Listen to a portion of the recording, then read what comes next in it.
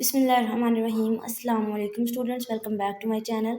आज की वीडियो में मैं CS201 के 17 MCQs आप लोगों के लिए लेके आई हूँ, जो कि मिड टर्म सिलेबस में से कवर किए गए हैं और ये MCQs विद आंसर हैं। तो आप तमाम लोगों से रिक्वेस्ट है कि अगर आप पहली बार चैनल पे आए हैं तो काइंडली चैनल को सब्सक्राइब करते जाइएगा और वीडियो को लाइक करके फ्रेंड्स के साथ शेयर भी कर दीजिएगा।